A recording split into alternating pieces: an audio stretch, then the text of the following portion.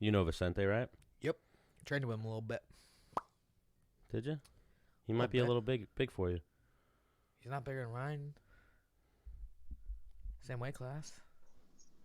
Vicente. Vicente, Yep. what's up, big dog? What's up, guys? How are you? How you been, man? I'm good, man. I'm doing good. You got us good? Yep. All right. Yeah, all good. Stan the Man, Dennis the Menace. I'm sure you know Dennis well enough. Yeah. He said you beat him up a couple times. No, he beat me up too. Oh, stop. But welcome to Menace and the Man. It's glad to have you. Thank you, man. Thanks for having me. Okay. So, what's going on with you, Vicente? Anything lined up? I know you just had that fight with Wonder Boy. Was your last one? Yeah, nothing lined up yet. After Wonder Boy, I just felt I needed to take some time, especially, to work on myself. This 2019, I had 4 fights.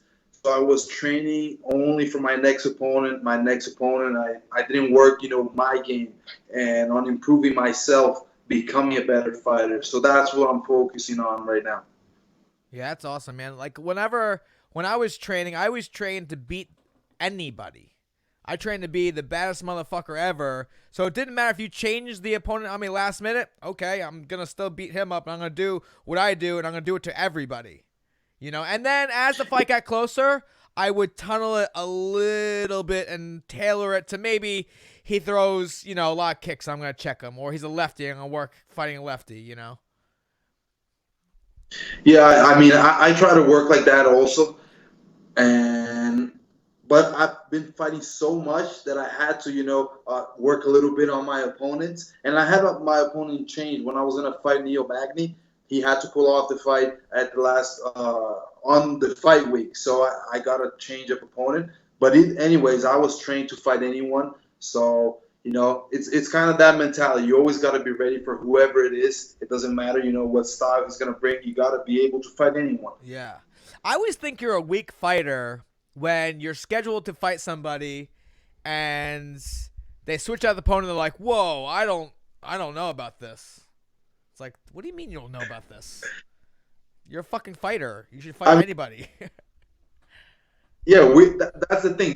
I started fighting in 2009. So I'm kind of, from a little bit the last of the old school guys. Yeah. I always watched guys. So my mentality is I'm always going to, take a fight. I'm not the kind of guy to back out, especially because I love fighting. I love stepping in there and just fighting another guy. That's what I do for a living, and I love doing that. Yeah. So it doesn't matter if it's going to be the last moment opponent. I'm still going to get in there and have fun and do what I do. Yeah, and you're living down in Florida, right? No, I live in Brazil. Oh, you live in Brazil. Yeah, right now I'm in Brazil. Okay. And when I'm close to fight, sometimes I go to Florida, or whenever I have, some time off and go there to work with the guys at Sanford MMA. So yeah, I'm always back and forth, but mainly in Brazil right now. Okay. What's the ticket from Brazil to Florida? How much is a plane ticket? About $1,000, something like that. Okay. So you write that off in your expenses to train, obviously. Yeah, for sure, definitely. And then who are you training with down in Brazil? So in Brazil, I train in Cerrado MMA. I lived in Brazil since I'm 6 years old. I was born in Jersey, but then moved with my mother to Brazil. And I started training at 15 with the same guys I train nowadays here in Brazil. And together we put up the team Cerrado MMA. And I've been training here ever since I started. Are you the only star in that gym? Are there other stars that fight in Bellator or in UFC that train at that gym? We have a girl fighting in the UFC, okay. Vivi Araújo. Her last fight was against Jessica Ai. Okay. And she just got in 2019, and we got a lot of kids that are up and coming. Some fighting in Russia. We had some fighting in Japan. So we're starting to, grow and get some guys into the big leagues. Okay. And then do the guys in Brazil, do you guys cross-train with other gyms in Brazil? Or are you only a little at bit. one gym? No, I only go over here. We have all the training, but I used to train a little bit with Guto Inocente. He fights in Glory, Okay. and he has a gym here in Brazil. He lives here also, and we always kind of cross train. But right now, we have kind of like all the things we need. We got a Cuban guy from wrestling. We brought him from Cuba to train the wrestling part, and we have about 25 to 30 professionals right now training. So, we got some good guys and good material to work. Yeah. And I don't know if you know, Stan, like Cuba's nasty at wrestling. Nasty. Yeah. Yes. Yoel Romero, of course. Yeah. I know their Olympians are usually tops in the world. Yeah. Very good wrestlers. But yeah, Vicente, I was being a little quiet there. I was trying to fix the video, but now we got you up and running, so. Okay, cool. Now the fans can see Vicente Luque. But yeah, I thought you were in Florida. That's why I wasn't giving you like the Eastern time. I was saying, yeah, if you're good for 6, you're good for this time. But what time is it in Brazil right now? It's 8, so it's just 2 hours difference. Not that bad. Okay. It's all good. I thought it was night and day difference. No, Brazil's like South Africa, is it? South Africa? No. South America. Yeah. Yeah. But we're South America, yeah. We're just aligned with the U.S., but down south. So it's not much of a difference in time. All right. And I heard you say Sanford MMA. Are you guys switching over now? It's no longer H365. You guys are moving, right? So I'm not one of the guys like all the time in the team. So whenever I go there, whenever I go to Florida, I make sure that I work with Henry wherever he is. And now the transition is going on. They're training at Sanford and at Hard Knocks. I'm not really. I don't know how it's going on. So I've just seen them training at Sanford MMA, and it's how they're going now. So I think it's a big new thing. The facility looks great. I haven't gone there yet, so I just make sure that I work with Henry Hooft whenever I'm in Florida. I just feel, he has a lot of good things, not only in striking, but a great vision of MMA and the striking game. I'm a striker myself, so we always work really good together.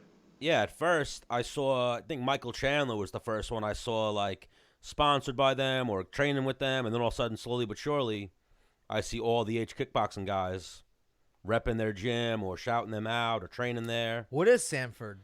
It's like a medical facility of some kind, right? Yeah, something like that. It is. So that's a Henry question. We'll have to save that one for Henry. What's going on with that? Yeah, Henry's gonna know how to explain all of it better. Okay. So now, you just come to America for fights, or do you come for vacation? We thought you lived in America. No, so my dad lives in Jersey. Okay. So whenever I can, I try to go visit him. I have uncles and aunts also that live in Jersey. My grandfather lives in Jersey. So I got family there. Whenever I can, I have some time, I go there, visit them. And I go to Florida to train. But most of my time is in Brazil. I've been living here for a long time, and I just enjoy it here. My mother's here. My wife is here. So I just, it's home for me. Ruined my next question. I was like, you single, dude? Do you get, man, because like in Brazil, I heard like if you were out in the clubs, like girls don't give you like a hug, hi. It's like a makeout session. That's how they say hi. Yeah, a little. It's a little bit different culture. I think that whenever guys from the U.S. come over here, they really kind of get surprised with how everything goes in Brazil. We're just passionate about everything, even about friendship and seeing everyone. So it's a little bit different than the U.S. How would Stan make out in Brazil? Would he pull some girls or what? Oh, definitely, man. Do they like big, fat, like hairy guys or? No. They don't. They like ripped, tan guys. He's a good. What'd you say there? We lost you for a second. You're a good-looking guy, man. You're a good-looking guy. I know. I get this often. Menace just likes to hate on me because he's short. That's all he's got on me. He makes fun of me because I'm a little chubbier now.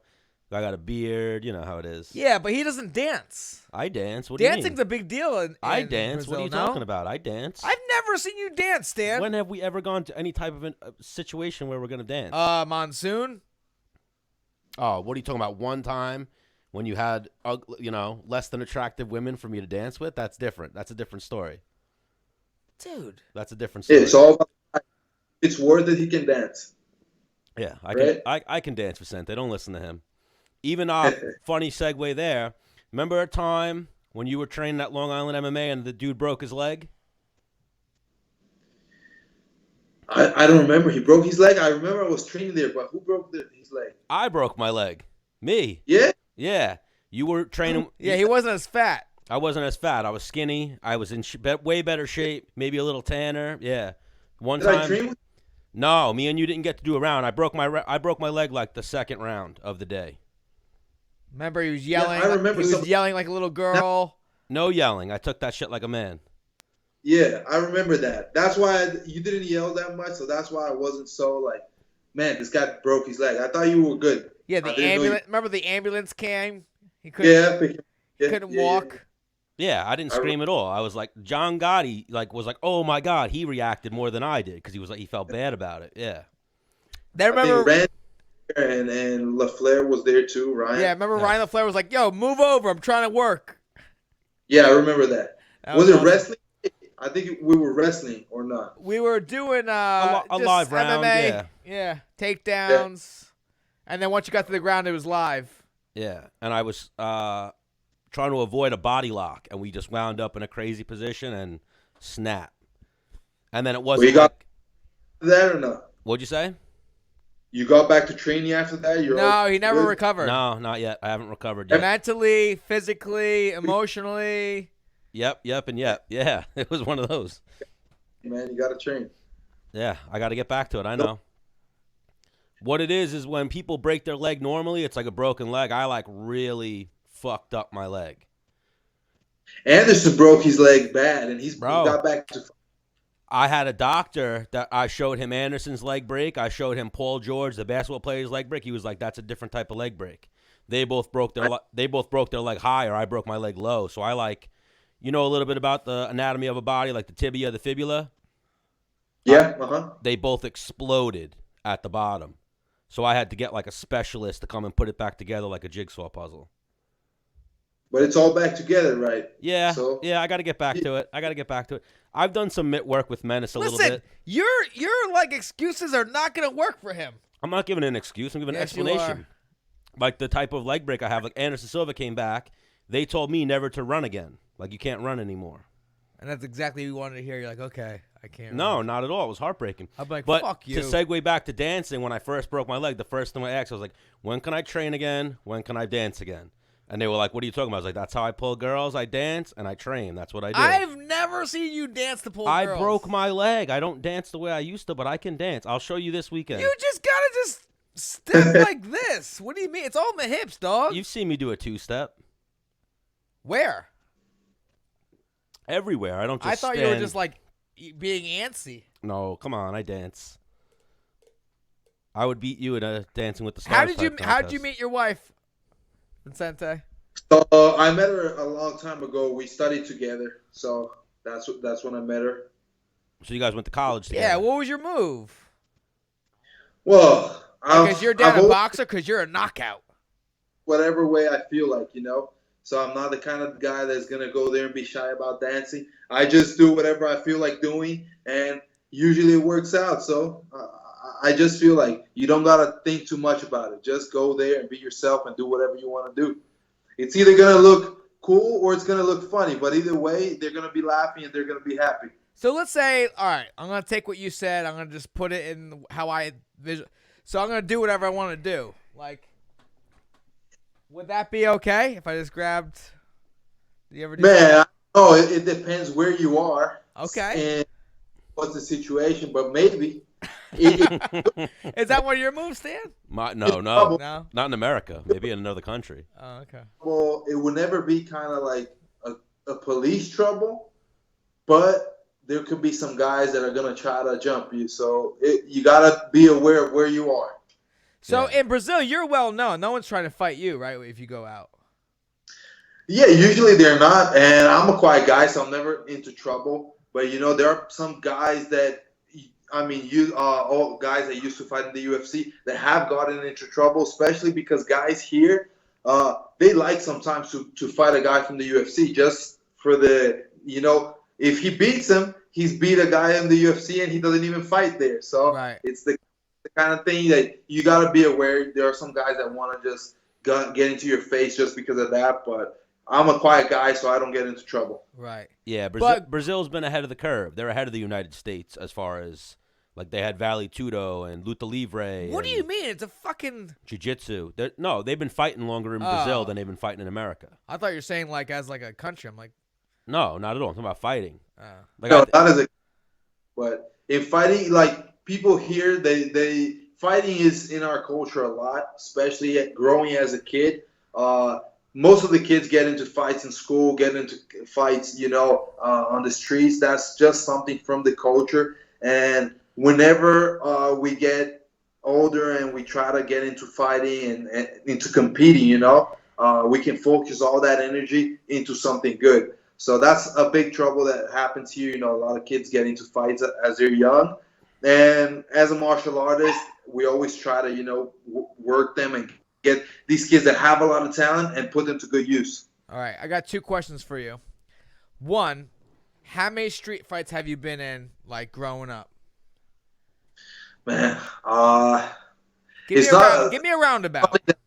but most from, let's say, from 12 all the way to 15, every 3 weekends out of 4 weekends, there would be a fight.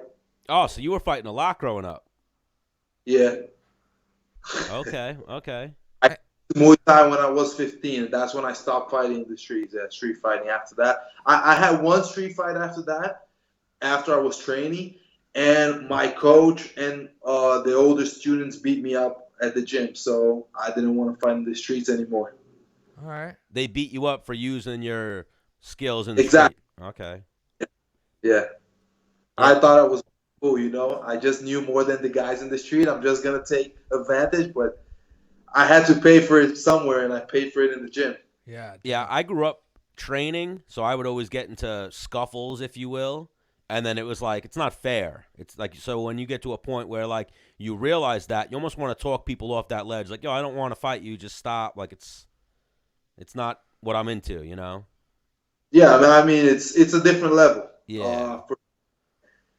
Something I do here a lot is there are the special forces, special operations of the police, and they have courses, and they'll call some fighters to go there and do the fighting part of the course. But basically, it's beating the shit out of them.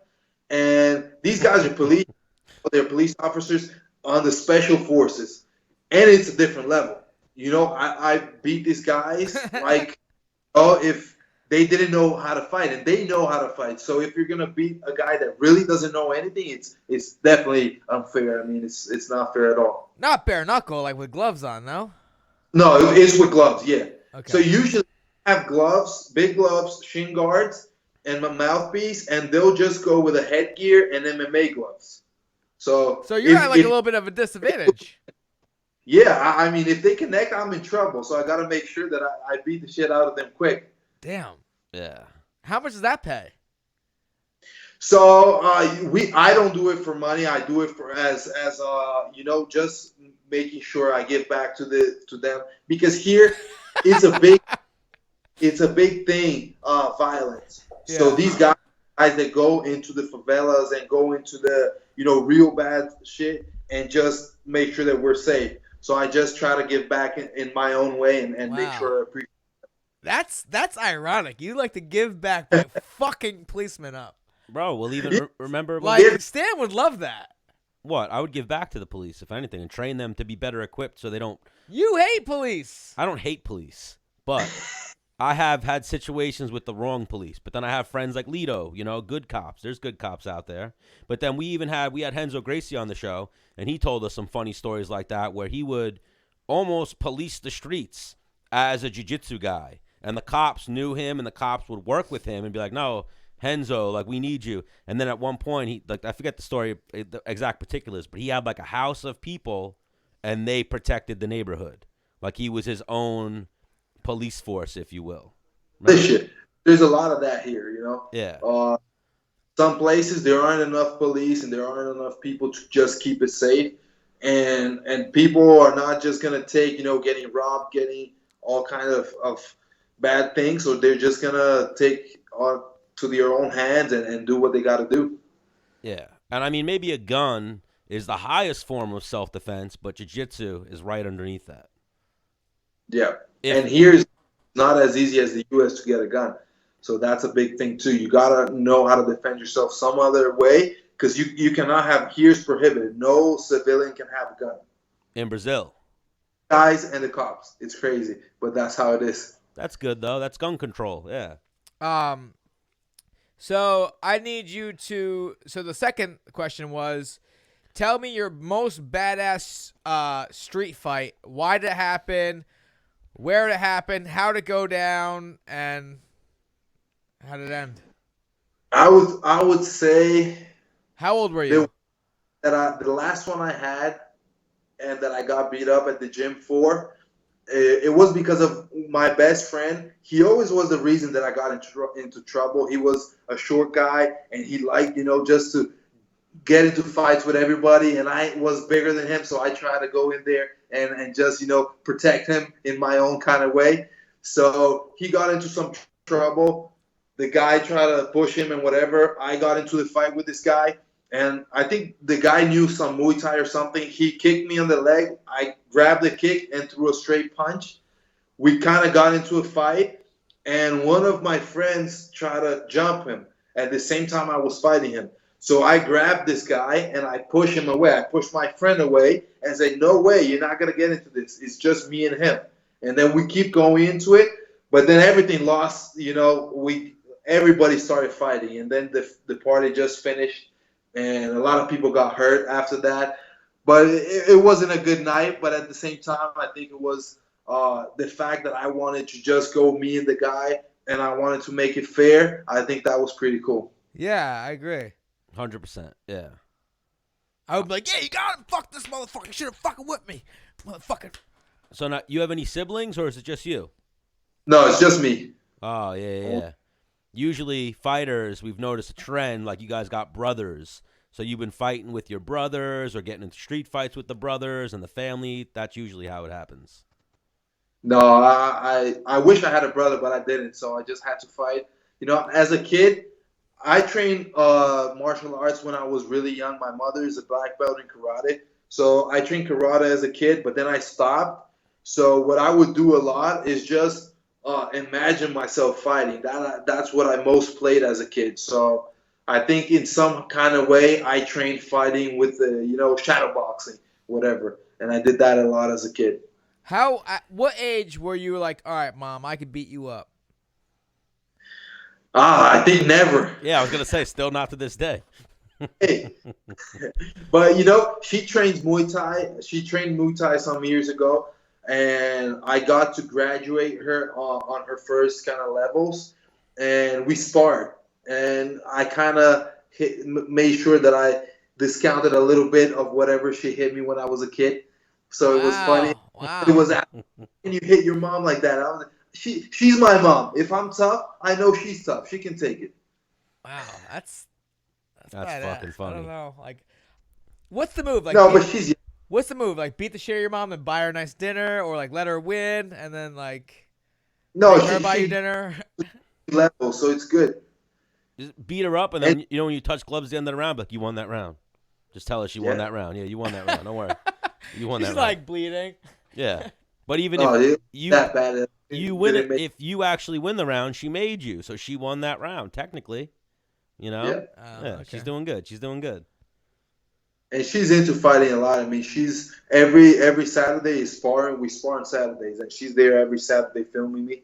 And then we watch all the tape together, and we make sure she points out whatever she thinks is going on, and I'll listen to her. I don't always agree, but I try to take something out of it. Now, how old are you? I'm 28. Oh, so yeah, you're still young in the game. You still got a couple of years left doing this. I'm like, shut up, Mom. Who's the professional here? Not you. How much money you make fighting? Oh, this much? That's a lot. I made a lot more than you. But you know how they can pull that? Your mom can pull that card with how much money did you make fighting? I made as much as you. I didn't put it in my pocket, but where you came from, Like, fuck off. They can always pull that card. Like I gave you know. birth. I gave you life. No, you're Yeah, fucking. You got. He into the map for the first time, so No, Dad nailed you. only giving me birth. He's like, no, Dad nailed you. That's what happened. I'm my dad's son. I'm not your son. No, I'm both, but like, you know. Yeah. I'm good with both. My dad also, I have a lot of fun with him. We try to talk as much as we can, and I came here when I was 6 years old, so I grew up far away from him. But whenever I could, whenever he could, especially, he would buy me a ticket, and I would go visit him in Jersey. And we have a really good relationship. He's also was a guy from the sports. He played rugby until he was 43.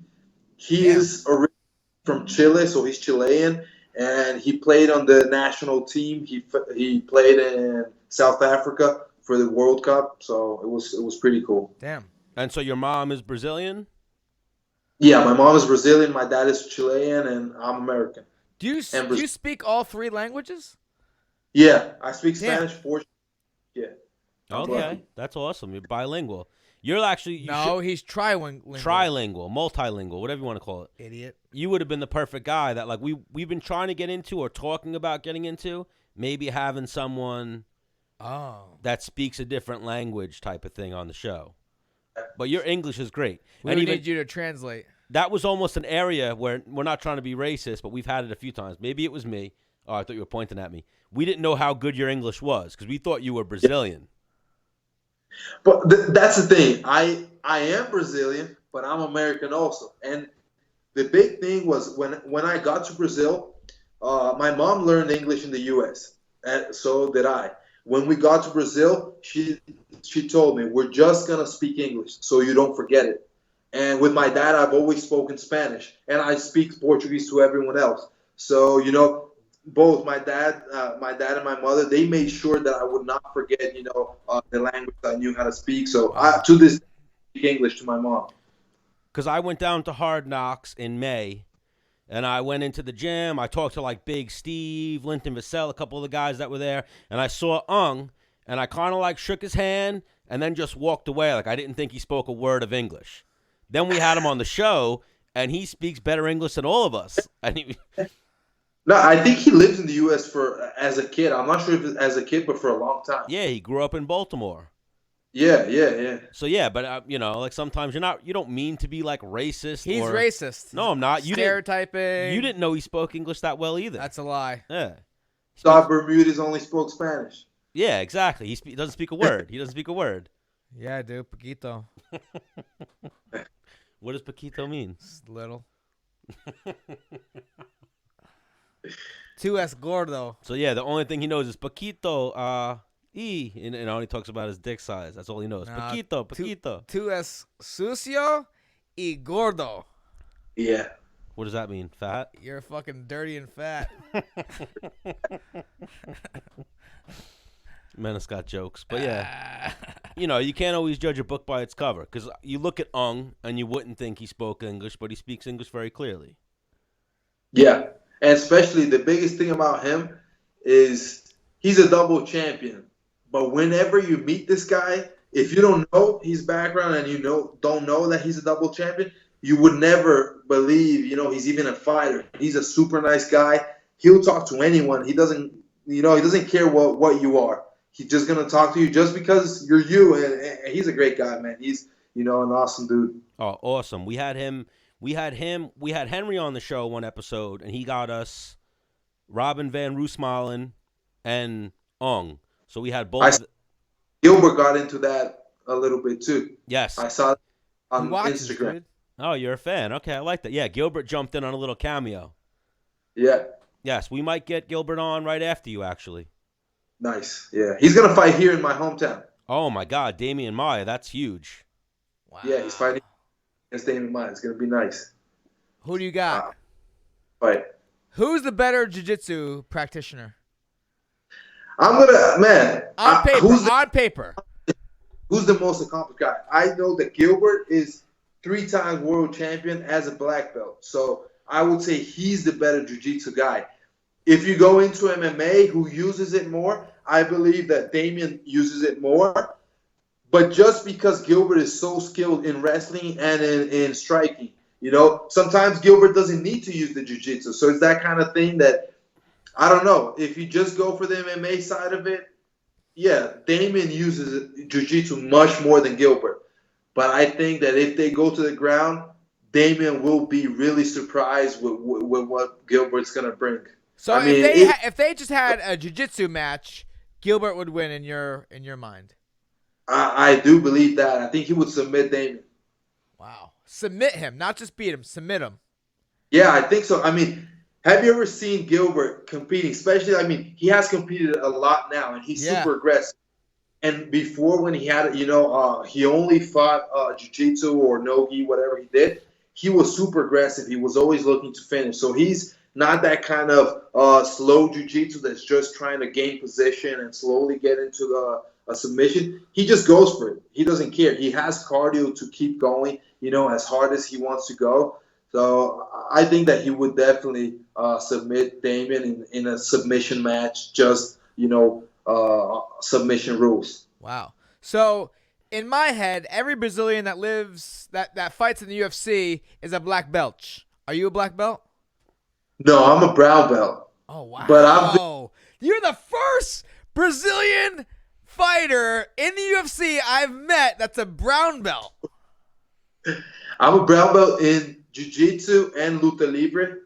And the thing is, I train mostly no-gi.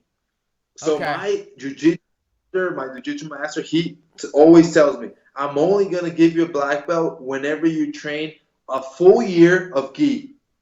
And I told him one day I'll do it, but I'm not going to do it right now. So, right. Yeah. I've only trained gi like 3 times, and I'm a white belt 1 stripe. Yeah. But I don't like. I've choked a lot of people, though. We talked about this. Gilbert's going to be the one to promote him to blue belt. Okay, cool. That's what we're going to try to make happen one day on a live episode of Menace and the Man. Wow. That's wild. One day. I don't even own a gi. Can you give me a blue belt? I don't even own a gi. Bro, which Gracie? Like Hole's Gracie? Or one of the Gracies gave Rashad a black belt because he knocked someone out.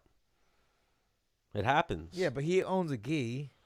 He might own a gi, yeah. I don't know if he wears a gi that often, but he owns a gi, yes. Wild.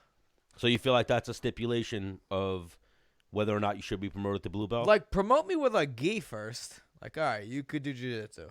What if he gives you a gi with a blue belt on it? So that's almost the type of promotion you want. You want a gi with a belt on it. Well, if I had a gi, I would probably train it a little bit. Or you want someone to give you a gi with your 1-stripe white belt around it. Yeah. You don't even own a belt. Do you have a belt? It's at the gym somewhere. Yeah, maybe. You don't even have a belt. Greg, it's like Greg has it somewhere. He's never given it to me, but he says that's what I am. It's there. Yeah. So now, Vicente, are you like a fight fan? Do you watch the fights, or are you just a fighter? I do watch fights, but less than I used to. So whenever I started getting into fighting at 15, 16, I used to watch every single UFC and everything. Nowadays, I focus mainly on my division and whichever, guys that I like to watch, that I enjoy watch fighting, Max Holloway is a guy that I'm always going to watch his fight. That's a guy that excites me to watch. And Aldo, that's another guy, Jose Aldo. I love watching his fights. Shogun, I'm the biggest fan of Shogun. That's one of the guys that got me into fighting since the beginning. I used to watch him before every single fight of mine. I just watched a lot of Shogun. And, he's not doing that well now. I think he should retire, maybe. But at the same time, whenever he's going to fight, I'm excited to see him. I know he's just going to go in there and do what he does. And be it win or lose, he's going to put everything he has in there. So I like watching the guys that I enjoy watching. Shogun's doing okay. He won a couple fights in a row, I believe. And then his last fight, I think it was who'd he fight last time? He fought it was like I think he fought Jimmy Crute. Is that who he fought? But I remember it was a draw, a back and forth fight that I thought Shogun initially won. I think it was in Europe or was it in Brazil? I'm not sure. But I had it for Shogun. He started losing, then he lost. He won the second and third. Yeah, he was. Oh, Paul Craig is who he fought last Yeah, time. yeah. Yeah, and it was a draw. Yeah. Where was it? Whatever. In Brazil. Yeah, it was in Yeah. Brazil. Yeah. Sao Paulo. I thought I had that fight. Yeah, I thought he But won as well. never know. Judges, that's something I don't like to leave it to the judges. You never know. Oh yeah, we've seen that be a bad situation many times. Yeah. Dennis knows it all too well. I mean, you never know. These guys are just sometimes. I don't even know if they're watching the fight or they're just, it's a long night, a fight night. I mean, you got 13 fights. Each fight is going to be at least 30 minutes, kind of something like that. So I think these guys are sleeping sometimes. They're not really paying attention to the fights. It's kind of crazy. For sure. Well, I think they even rotate the judges out a little bit. Probably not. What do you mean? No, I think they do. It's not. I have to. It's not the same 3 judges for every single fight. I disagree. It's the same as the referees. I think that they swap them out. They have like 5 judges on tap. Yeah? Yeah, and they swap them a little bit. I believe so. I'd have to double check on it, but Yeah, double check. I will. So, are you going to be watching this weekend, Vicente? I will be watching, man. I'm excited for McGregor and Cowboy. I don't know. I'm interested because I think it's a moment where a lot of things could go on with this fight. I think that Cowboy could go in there and if he takes it to the later rounds, I don't see McGregor winning, especially because he has gas in so many fights.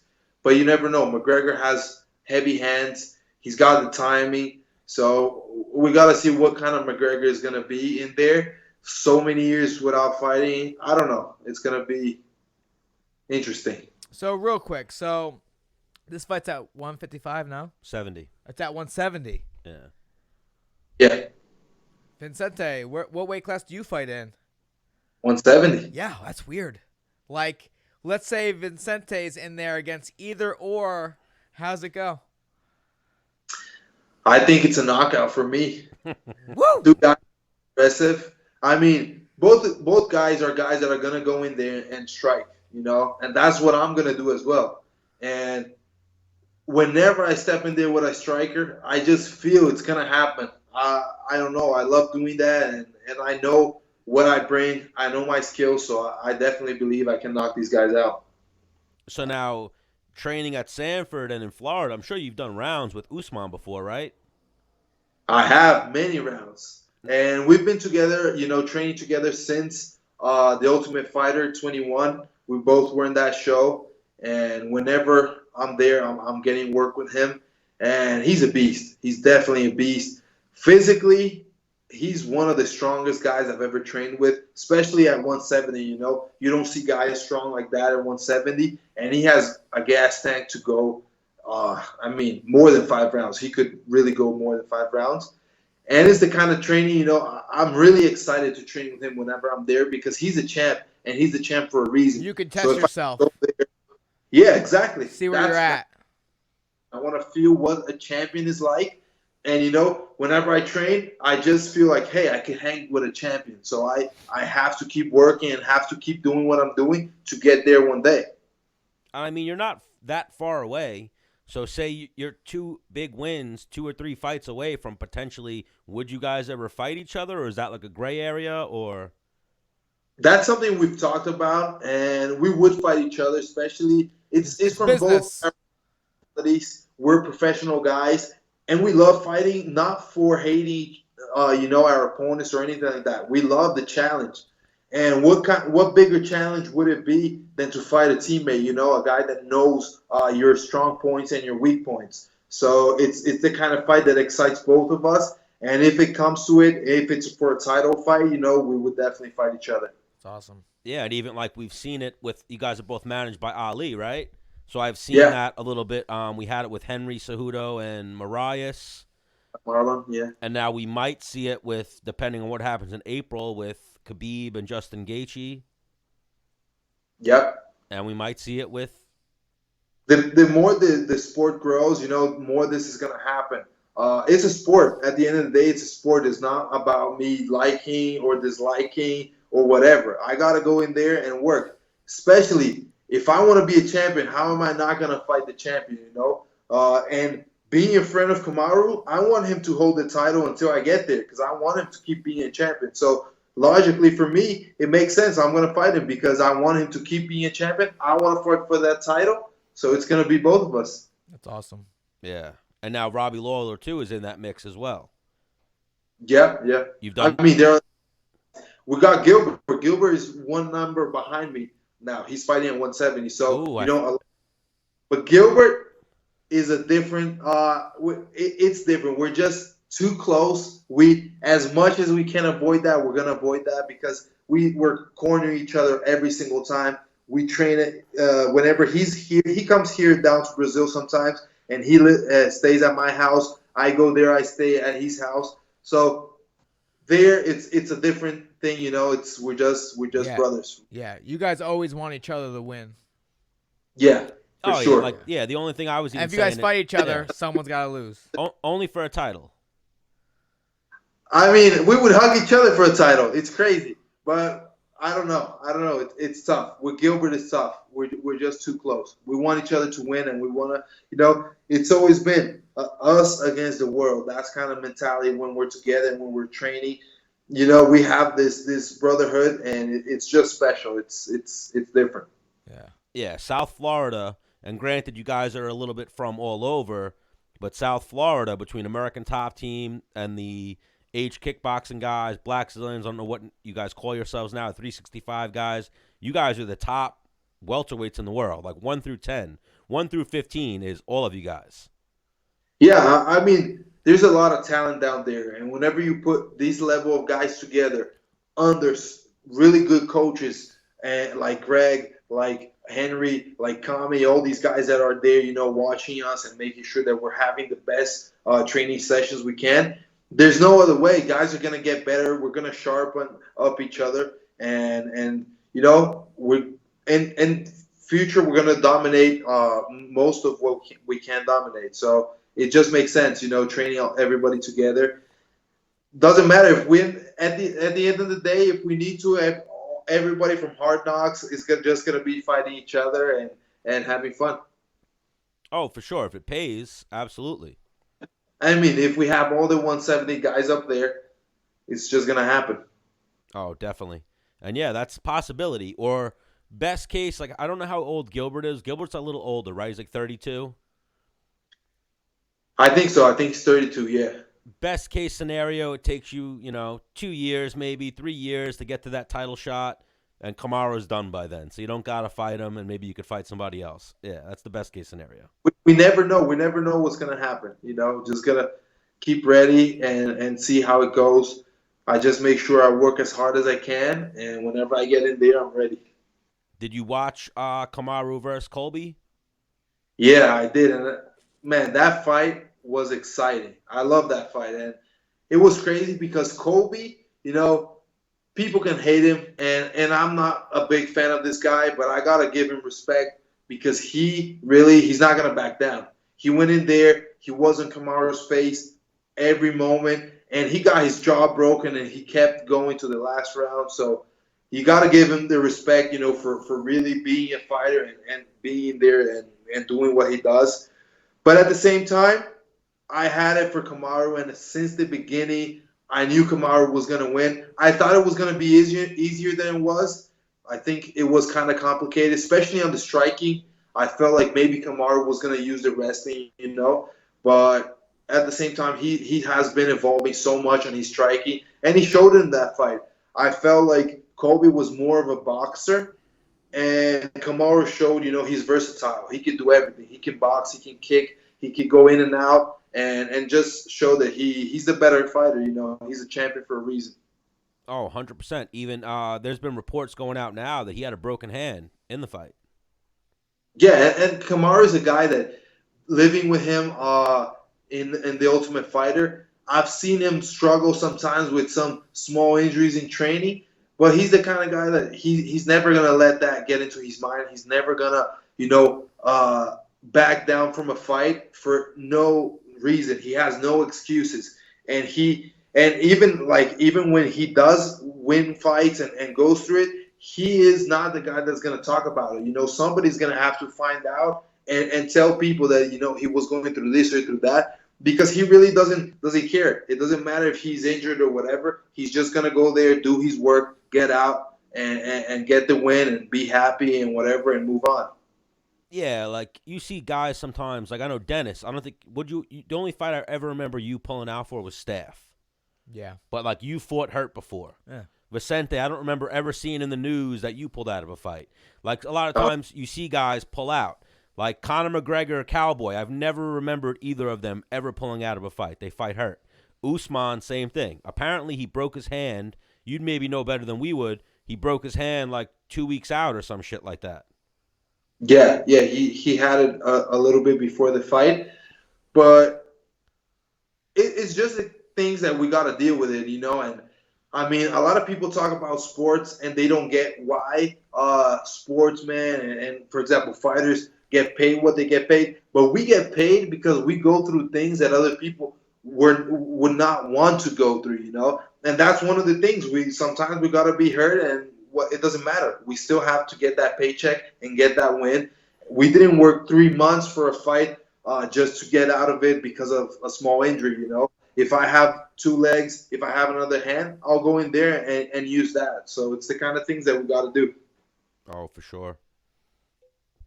You've been quiet over there, Menace. I mean, you guys are talking. I don't want to, I'm just. Oh, all right. I'm just checking on you, making sure you're still there. I used up all my content. You got no more questions left? I got nothing. That's it. All right, Vicente. So what are you hoping for next? What's the next logical date for you when you're trying to get back in there?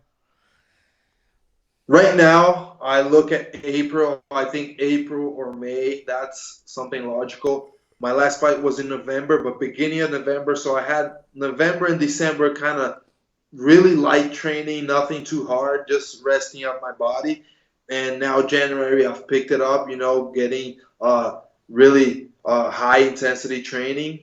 So I think April or May, that makes sense for me. It's going to be a good time for me to get back. All right. So now, do you do most of it in Brazil? What's the time frame usually when you head back to Florida? So it all depends what kind of fight I'm going to get, when I'm going to fight.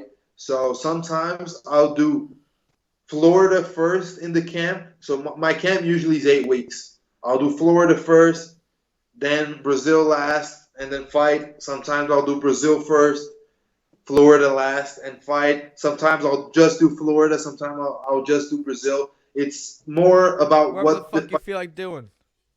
Yeah, exactly. And it all depends, who I'm going to fight, where am I going to fight. If I'm going to fight in Brazil, for me, it just makes sense to be here, Yeah. And it's no time difference, no climate change. So I just feel like training here. But if I fight in the U.S., maybe, it makes sense for me to be there for 2-3 weeks, maybe 4 weeks before. Now, yeah, you guys don't have cold in Brazil, right? No, I mean, no, we don't get cold ever. It's the thing is, I know temperature in Celsius. I don't know in Fahrenheit, but the coldest we get is maybe 15 Celsius. That would be like 68, 70. Yeah, it doesn't snow in Brazil. No, never. No way.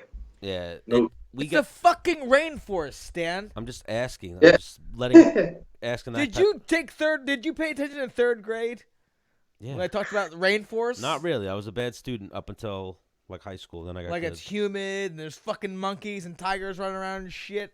Yeah, of course. They never talked about snow one time. I'm just putting it out there. Other people might not know. I wasn't asking solely for myself. We don't want people that didn't pay attention in 3rd grade to listen to our show. We want everyone to listen to our show. No, I don't. 100%. I don't want idiots.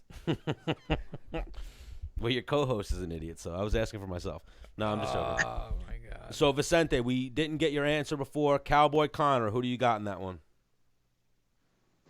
I got, it's 50-50, but I would say for the timing, I think Cowboy's going to get it just because he has been more active. And I think that, if he has the experience to take that fight into where it's his comfort zone, so if he keeps smart, takes care in the first round, and takes it to the later rounds, I think he can take that fight. Conor, you're saying?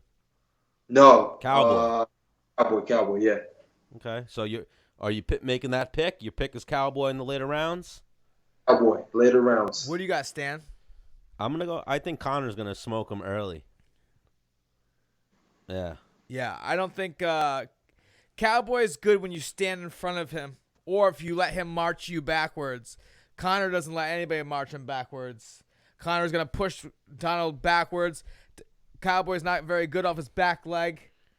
Conor's very good moving forward. Conor's also very good at going backwards. So if Cowboy does press Conor, he's good with that lock back. And it's one of those things. Is Cowboy fucking me up? Yeah.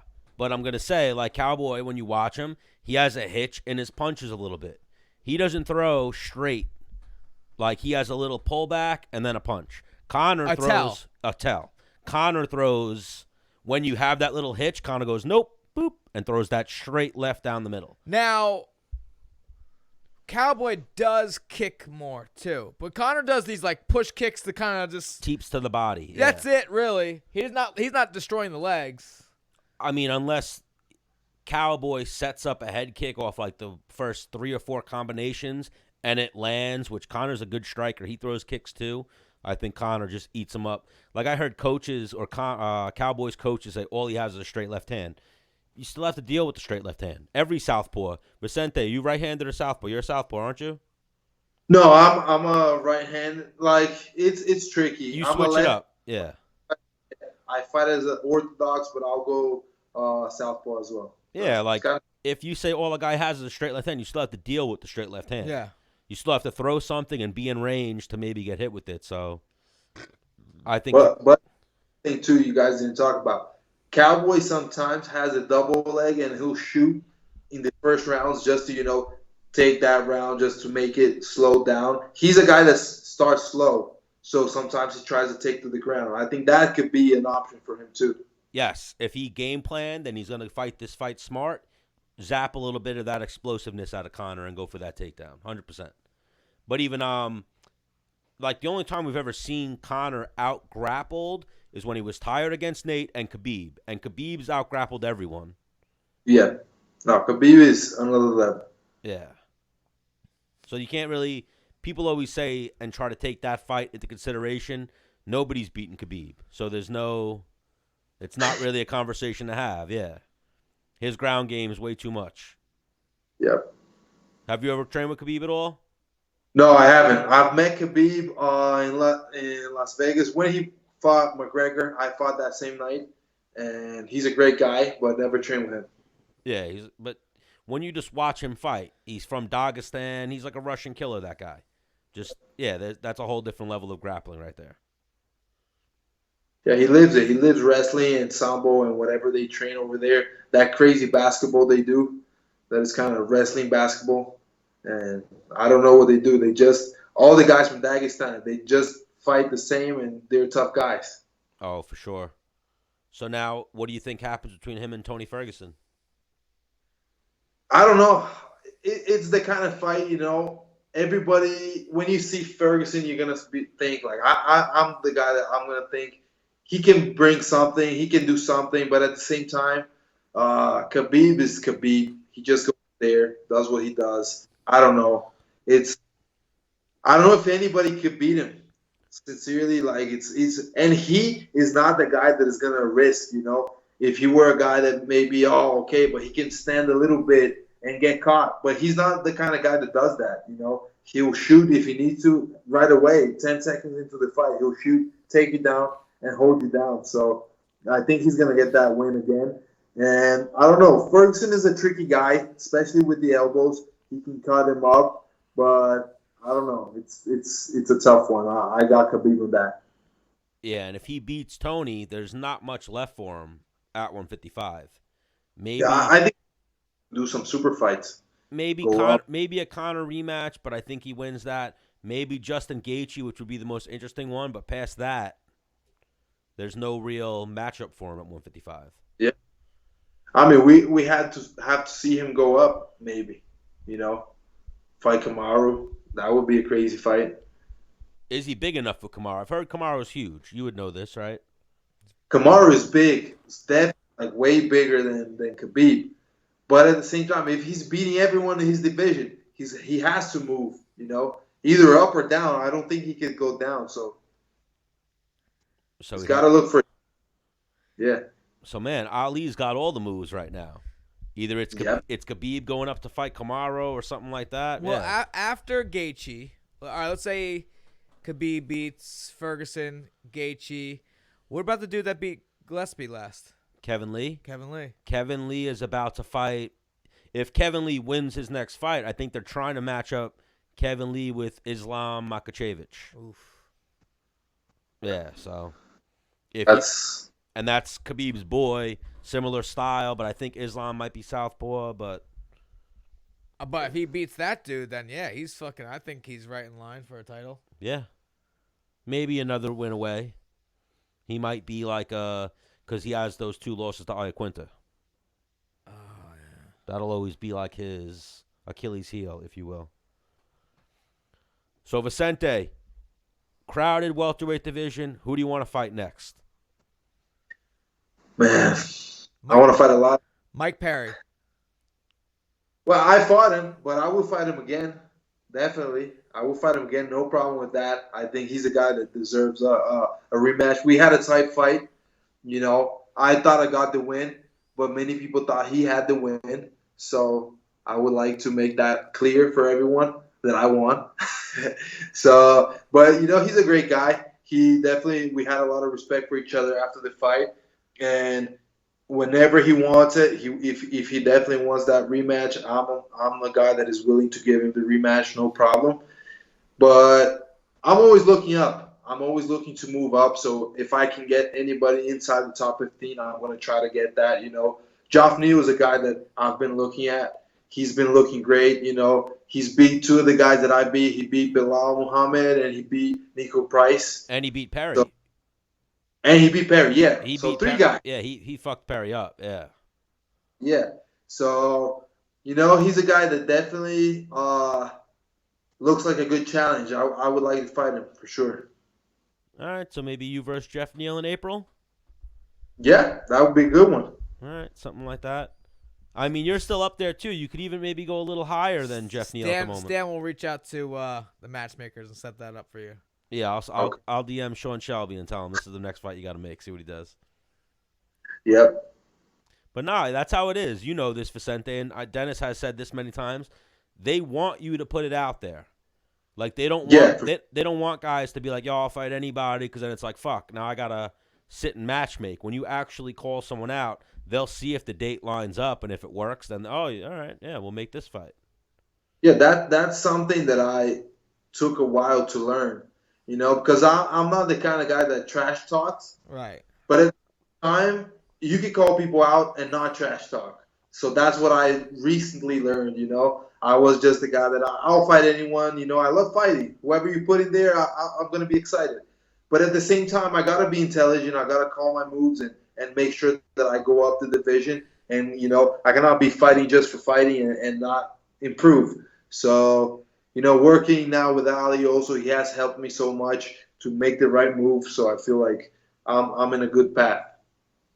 Oh, definitely. You got the right manager. So, yeah, Pettis is moving down back to 155. They got him ranked at 70. So, yeah, Jeff Neal would be the most logical. He's only ranked 1 ahead of you, though. Yep. Other than that, you got Nate Diaz, who we don't know if he's fighting. Thompson, who you just fought. Maia, who's about to fight Gilbert. Dos Anjos, who's about to fight Michael Chiesa. Maybe even the winner of that would be a good fight for you. Yeah, that would be a good one. And then we got Leon Edwards, who's probably fighting Woodley. And then Masvidal and Covington. So, yeah, Jeff. We're going to see if Masvidal's going to decide or what he's going to do. Maybe he's going to get Conor after this fight, if Conor wins. I think he's going to fight Conor. Yeah. If the UFC's smart and they want to make, a couple million, or $1 billion, however much fight that money would generate, or however much money that fight would generate, that's the fight they should go with. But Vicente, we appreciate the time. Menace, you got anything else for Vicente? Love you, dude. Thanks, man. Appreciate it, guys. Thank you for having me and had a lot of fun, man. Fuck yeah. That's what we do over here. For sure. We'll make you a regular. We appreciate the time. good conversation, good laughs, and we hope you get your next one. Hopefully, maybe April in the Barclays. Yep, that'd be a good one, man. Yeah, for sure. I would have fun there. Absolutely. So everybody, be sure to check out Vicente Luque. Again, Vicente, thank you. We'll talk to you soon, brother. Take care, guys. Thanks. Peace.